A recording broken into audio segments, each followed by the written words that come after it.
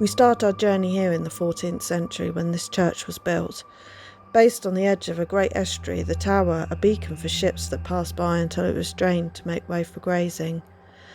This big church never had enough parishioners to fill it, and the people it served were subsumed by the nearby village, leaving the church to fall into disuse. Nowadays you would not stumble upon St. Peter and Paul's by accident. It takes many muddy, winding roads to get here, and upon winding round a sharp bend, this magnificent building is in front of you.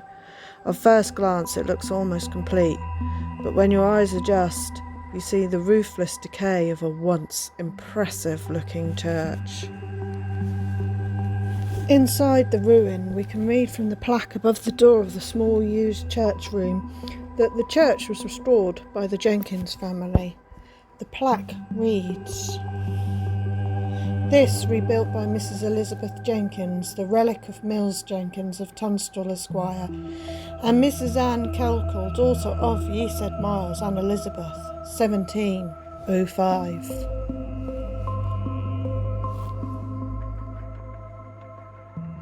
This church is surrounded by legend and folklore. We shall now delve into the story of the devil and the bells of the Tower of St. Peter and Paul. The tale of how the church lost its roof is where it becomes interesting. We know for sure there was a fire here, a fire so fierce that it burnt away the roof and timbers and licked up the tower like a vast chimney. The wooden beams that held up the bells of the tower burned away, and the bells clanged to the bottom of the tower, where they laid amongst the burning embers.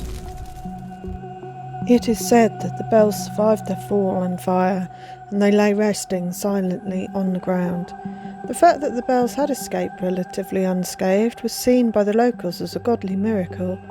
The church wardens soon tried to lay claim to them, and so did the local parson. A row erupted between the two parties, a row that soon escalated.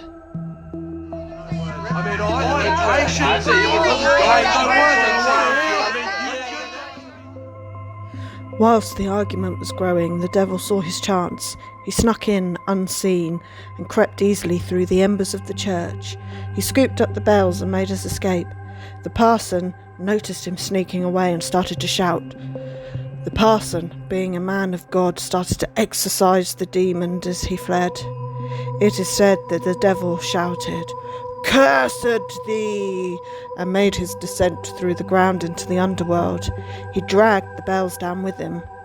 The hole still remains to this day, now filled with water.